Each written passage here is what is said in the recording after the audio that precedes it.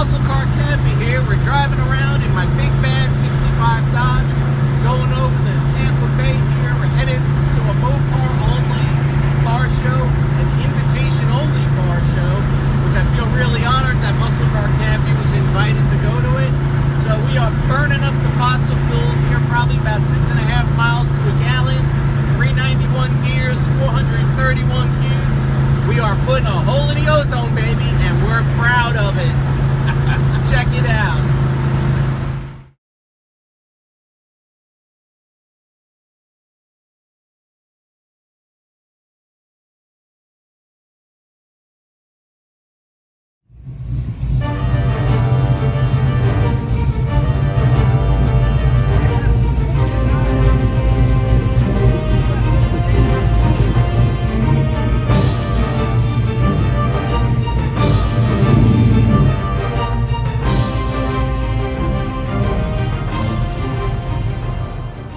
All right, we're here at Mopars at Merritt's. Amazing collection of Mopars here. He's a great Mopar collector. This is my car, of course.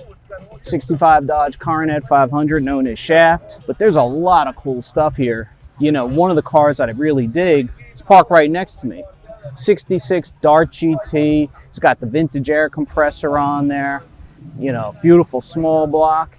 I don't know what it runs, but I love the dark blue with the light blue interior. Classic mid-60s combination. So we're here with the man behind Mopars at Merritt's, Merritt Pennington. Merritt, thank you for inviting Muscle Car Campy to your event.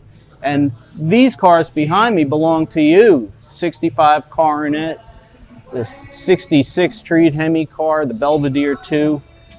What made you decide to put this show on? Well, when I first built my house, I decided I was going to have a party for the contractors. And I thought, well, there's not but a few of them, so let me see if I can get some of my car friends over to have. So we all did it all together. And then the following year, I said, let's do that again. And it started out as just a few of my car friends would come over, and it got a little bit bigger and a little bit bigger. And the first year, they were like all makes and models. Then it got to be a little bit bigger, so I squeezed out the Ford and Chevys. And then it became all Mopar show. And we always do it on the closest weekend, the 426, to commemorate the 426 Hemi. And it's grown every year, and this is the 22nd year that I've done it. Now, Merritt, we really thank you for putting on this event. It's beautiful here, beautiful setting. Gorgeous cars, some really solid people, including yourself, sir. So thank you very much. Thank you. We really can't wait for the 23rd annual.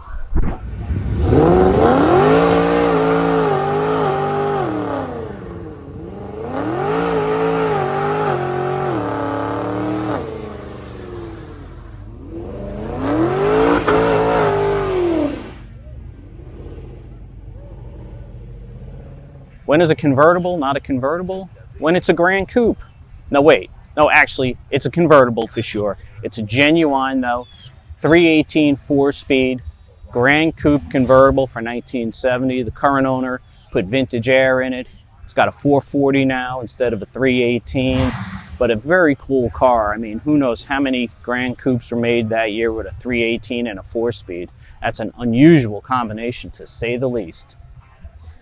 As we all know, to get a piece of the Trans Am pie that was getting eaten up by the Boss Mustangs and the Z28 Camaro, Dodge jumped in with both feet, created the 340 6-pack Challenger TA.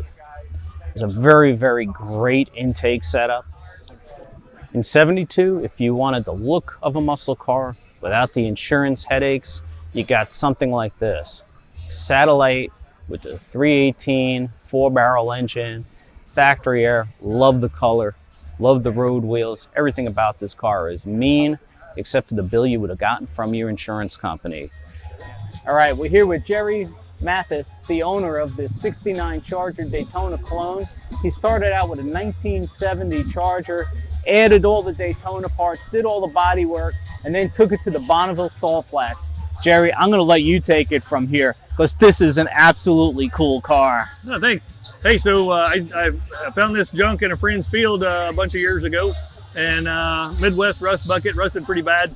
So replaced a bunch of sheet metal on it, replaced the floor, all the frame rails, internet rockers, etc. You know, virtually 90% of the car is new sheet metal.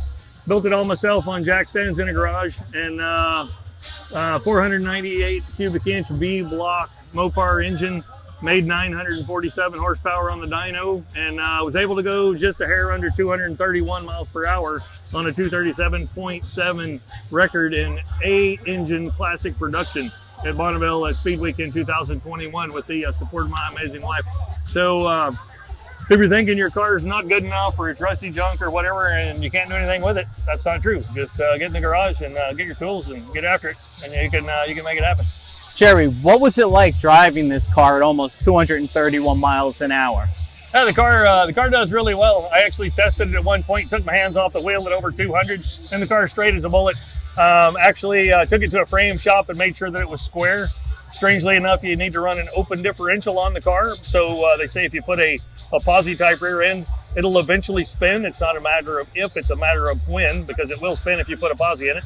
So the car runs with an open differential, 247 gears in the rear of the car, and it drives like mostly traction, but it's a little sketchy. But you know, it's just like driving down the highway, except faster and less traction. And you actually had a situation where the windshield pushed in a little bit when you were driving, so you had to put a piece of wood between the roll cage and the Lexan windshield. That had to be pretty interesting. Yeah, it's kind of interesting. You can see on the YouTube video that I have posted that you see the gap closes up in the video where you can't see out the window anymore. And what happened was the Lexan windshield pushed in and rolled the gasket in, and I didn't know what had happened until we got back to the pits, and somebody was like, hey, your windshield's caved in. So my wife and one of my best buddies, they pried that back into position, and we stuck a piece of wood between the gasket and the roll cage, and it was good to 231, so I think it'll be good to run the number. You think you can go about 7 more miles per hour in this car, don't you? Yes, sir. I think we can probably make 240 or so. We can set the record pretty solidly if the salt's good and if I can make the car run and don't burn up a piston like I did last time, and you know, a few other odds and ends, but we think we can make that happen. The fact this car's 54 years old or so, somewhere along in there, whatever the math is, but about 54, 55 years old, and a 0.29 coefficient of drag on the car, and you can get that out of a C5 Corvette, but most cars don't even have that good of a coefficient of drag as far as slipperiness, aerodynamically speaking. So good luck when you go back. I hope you get your 240 number. Stay safe, and we'll see you next year at Mopars at Merritt's. Hey, cool. Thanks a lot. Have a good one. Perhaps the king of all 60s muscle cars, the 68 Charger. Not sure what engine's under the hood of this one, but a triple black 68 Charger. You gotta love it. Absolutely stunning. Next to the 68 Charger is a 72. You can really kind of see this where these two cars went. You went from a really more rectangular body style to a swoopier, you know, that fuselage styling. This one's a special edition with a 364 barrel, factory sunroof, car, bucket seats. God, it's outstanding.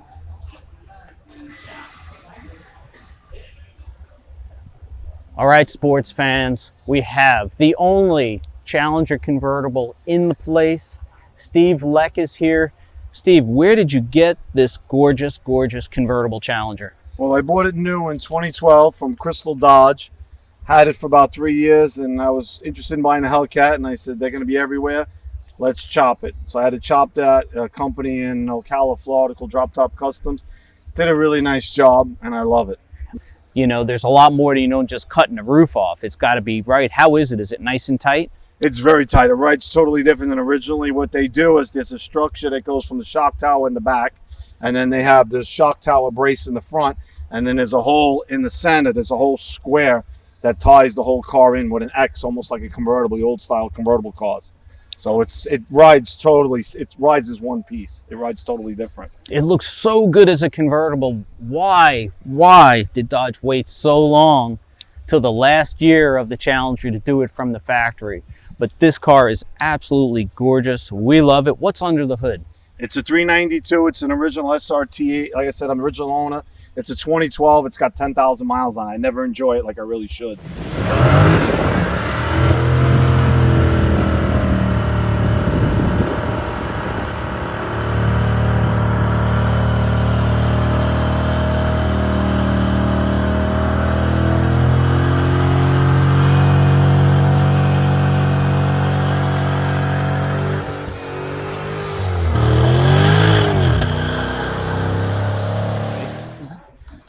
And nothing like a 67 GTX. The first year for Dodge and Plymouth's letter cars. This was Plymouth's answer to the Pontiac GTO, but in typical Mopar fashion, they weren't settling for 389 cubic inches or 400 cubic inches. Standard was the 440 4-barrel, making 375 horsepower. This one's kind of a bronze color with a parchment white interior. Gorgeous. Another white top car, white hat special. Standard also was the flip open fuel door. So we're just going to stand here and bask in the glory of this cross ram Hemi car, 64 Plymouth. Good Lord, it is mean. Absolutely stunning. Gigantic headers. Exhaust comes out the side here, right behind the front tire.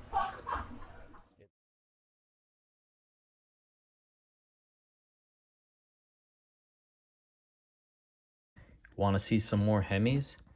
How about Merit's own 64 Dodge with the race Hemi setup? It's a bench seat car. It's got the torque flight push button automatic. It's got the vintage look with the torque thrust wheels. I really dig this car. I mean, the plain Jane post car, red on red, everything about it is just so period correct. But wait, you want some more? What do you think of this? A 65 Coronet race Hemi also. It's got the dual quads. It's got the floor mounted shifter. It's got the van bucket seats. It's pretty period correct, I gotta tell you. Of course, yes, it has drag radials on the back, but everything else about this car screams vintage Mopar performance. Both Merit 64 and 65 Dodges require race fuel, but you're very likely to see them at a number of local cruises.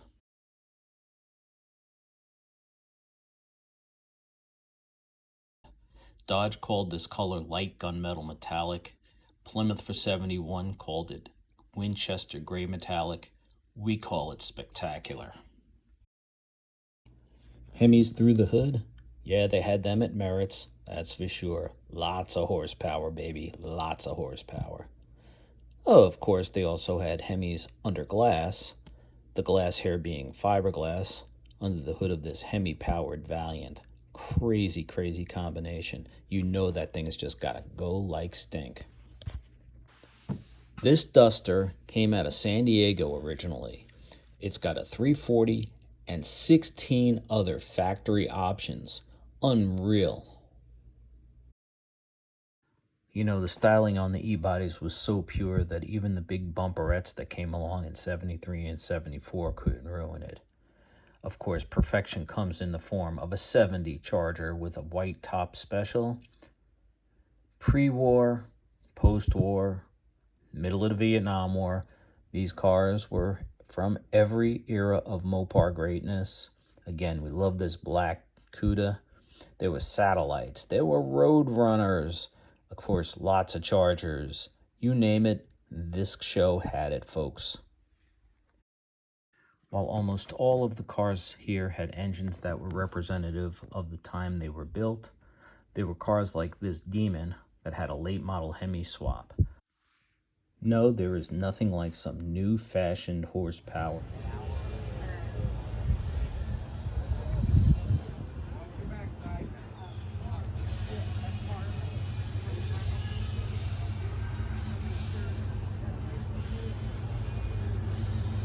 All right, next up we got a very purple, very 69 Roadrunner 383 automatic car.